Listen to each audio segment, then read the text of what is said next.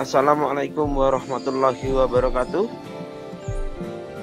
Untuk kali ini kita akan membahas tentang hak dan kewajiban serta penggunaannya dan kaitannya hak dan kewajiban dengan ketertiban dan keindahan lingkungan kita serta ketentraman dalam bermasyarakat, keselarasan dan kedamaian dalam masyarakat tentu menjadi impian bagi semua masyarakat Indonesia,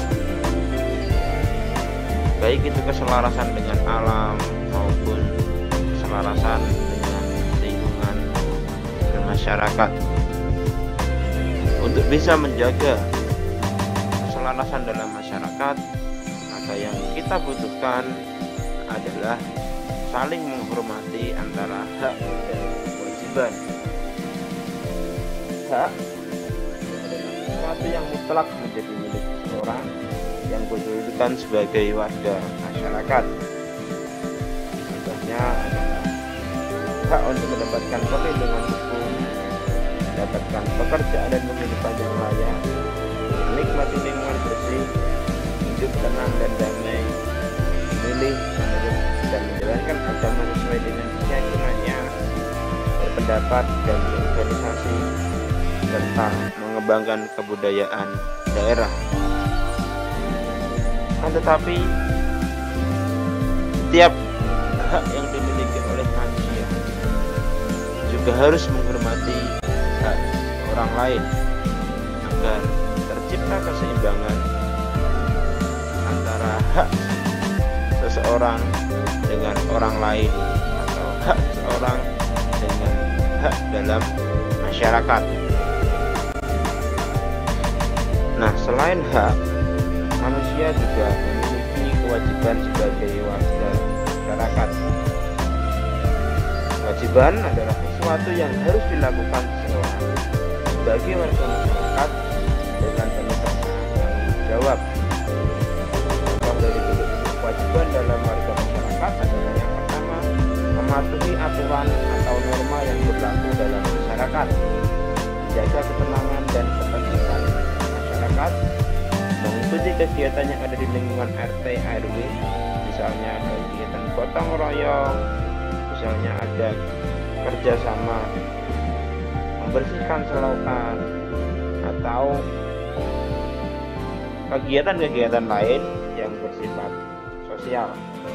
Yang keempat, harus menghormati tetangga di lingkungan tempat tinggal. Menghormati ini harus dalam banyak aspek, menghormati pekerjaannya, menghormati keyakinannya, dan menghormati hak tetangga kita. Berikutnya adalah membantu tetangga yang terkena musibah. Setiap orang tentu saja tidak ingin terkena musibah, dan salah satu bentuk untuk meringankan musibah itu adalah dengan memberikan bantuan, bisa dengan bantuan moral, dengan terus menyemangati mereka, atau memberikan bantuan yang lebih spesifik, misalnya bantuan keuangan, bantuan makanan, dan lain-lain. Kemudian tanggung jawab yang lain adalah menjaga kebersihan lingkungan tempat tinggal. Nah, selain hak, manusia juga memiliki kewajiban sebagai warga masyarakat. Tetapi pada kenyataannya ada beberapa orang yang lebih suka terlihat baik, tetapi mengabaikan lingkungan alam. Lagi di zaman sekarang, di zaman media sosial, di zaman digital seperti ini, orang-orang sering memamerkan kebaikannya, tapi tidak peduli dengan apa yang sedang menimpa lingkungan kita. Hutan ditebangi, banyak pencemaran limbah dan sampah, dan kita harus peduli dengan hal-hal seperti ini, karena ketentraman dan kedamaian masyarakat itu tidak akan bisa tercapai jika lingkungan alam kita rusak. Lingkungan alam yang rusak bisa berpotensi menimbulkan berbagai masalah. Misalnya, akan terjadi pencemaran air sehingga ketersediaan air menjadi berkurang. Bisa berpotensi juga banjir, tanah longsor, dan lain-lain. Nah, salah satu dampak dari ketidakselarasan kepentingan manusia dengan alam itu adalah dampak dari pencemaran air. Kita lihat terutama di kota-kota besar sekarang, air dari sungai itu sudah sama sekali tidak bisa digunakan. Bau, berwarna hitam, dan banyak sampah di mana-mana. Bagaimana bisa manusia ini hidup tentram kalau lingkungannya kotor, kalau ketersediaan air bersih kurang? Dan anehnya, sebagian besar kerusakan dari pencemaran air ini disebabkan oleh ulah manusia. Bahkan ada yang dengan sengaja meracun sungai untuk diambil ikannya. Itu sangat-sangat tidak manusiawi, karena bisa merusak ekosistem dari sungai. Ikan-ikan akan mati, kemudian hewan-hewan yang hidup di sungai akhirnya juga merasakan dampak. Dan dampak terbesar justru sebenarnya dialami oleh manusia itu sendiri. Nah, yang kedua adalah pencemaran udara. Di atas disampaikan bahwa salah satu hak dari manusia itu adalah mendapatkan lingkungan yang bersih. Ini termasuk udara.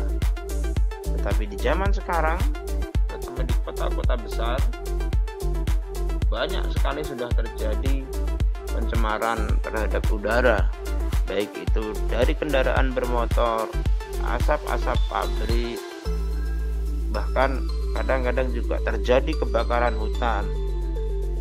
Nah, hal-hal semacam itu akan membuat sebuah masyarakat menjadi kehilangan hak mereka untuk mendapatkan lingkungan yang bersih. Karena itu sebisa mungkin kita harus bisa mengurangi pencemaran udara. Misalnya dengan memilah sampah organik dengan anorganik yang nanti bisa didaur ulang dan dimanfaatkan kembali. Karena kalau kita lihat sekarang banyak sekali sampah-sampah yang dibakar, sehingga hal ini menambah pencemaran udara. Yang ketiga adalah pencemaran tanah. Eksploitasi tanah yang berlebihan itu bisa berdampak buruk bagi masyarakat. Misalnya adalah penambangan yang berlebihan. Misalnya penambangan batu bara, penambangan pasir, penambangan batu. Itu membuat ekosistem yang selama ini ada akan rusak. Nah, kalau ekosistem itu rusak, maka akan berpotensi menyebabkan bencana alam. Ketika bencana alam terjadi, maka akan banyak hak dari masyarakat ini yang kita langgar. Akhirnya mereka kehilangan hak untuk mendapatkan lingkungan yang bersih, mereka kehilangan hak untuk hidup tentram, mereka kehilangan hak untuk mengembangkan kebudayaan. Nah, tidak hanya dalam hal penambangan saja, pencemaran tanah yang sering kita lihat sekarang dan menjadi umum untuk dianggap benar itu adalah penggunaan pupuk kimia yang berlebihan, penggunaan pestisida terutama herbisida untuk tanah yang berlebihan. Itu juga berpotensi untuk merusak tanah. Tanah yang sudah rusak tentu saja akan menghasilkan panen yang tidak maksimal untuk petani, dan hal itu bisa mengancam ketahanan pangan di masyarakat. Karena itu, marilah kita sedikit demi sedikit berusaha mengurangi pencemaran tersebut, sehingga kita tetap punya tanggung jawab untuk menjaga alam, sehingga menciptakan masyarakat yang damai, tentram, dan sejahtera. Nah, pelanggaran terhadap hak orang lain itu akan berpotensi menimbulkan konflik, berpotensi membuat masyarakat yang pada akhirnya tidak tentram.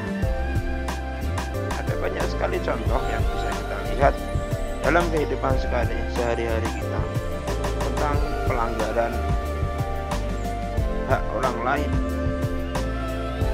Misalnya saja ketika berkendara, ada banyak sekali orang-orang yang mengabaikan hak pengguna jalan lain. Misalnya menerobos lampu merah, tidak menggunakan lampu sen saat berbelok, melebihi batas kecepatan maksimal, ugal-ugalan di jalan. Nah, hal itu tidak hanya membahayakan orang yang melanggar aturan, tetapi juga bisa melanggar atau membahayakan pengguna jalan lain yang sebenarnya sudah tertib dalam penggunaan jalan. Makanya banyak hal harus kita perbaiki, banyak hal harus kita pelajari. Misalnya dalam berkendara tadi, pahami aturan-aturan dalam berkendara, pahami etika-etika dalam berkendara, sehingga kita bisa menyelamatkan diri sendiri dan menyelamatkan pengguna jalan yang lain. Selain hak dan kewajiban, dalam masyarakat dikenal etika. Jadi etika-etika itu juga harus kita junjung untuk menunjukkan bahwa kita adalah masyarakat yang menginginkan ketertiban dan kenyamanan bersama. Misalnya ketika di dalam bis, ketika ada wanita atau orang-orang yang sudah sepuh, maka mereka lebih berhak secara etika untuk mendapatkan tempat duduk. Misalnya juga dalam penggunaan lift, baik itu di mall maupun di rumah sakit, utamakanlah orang-orang yang memang secara fisik berhak untuk menggunakan fasilitas itu. Kalau kita orang yang sehat, fisik kita kuat, naik saja tangga agar lift maupun eskalator itu bisa digunakan oleh orang-orang yang lebih membutuhkan fasilitas-fasilitas tersebut. Nah, pada akhirnya kita sebagai manusia semua menginginkan kehidupan masyarakat yang makmur, aman, tentram, dan sejahtera. Maka kita membutuhkan sikap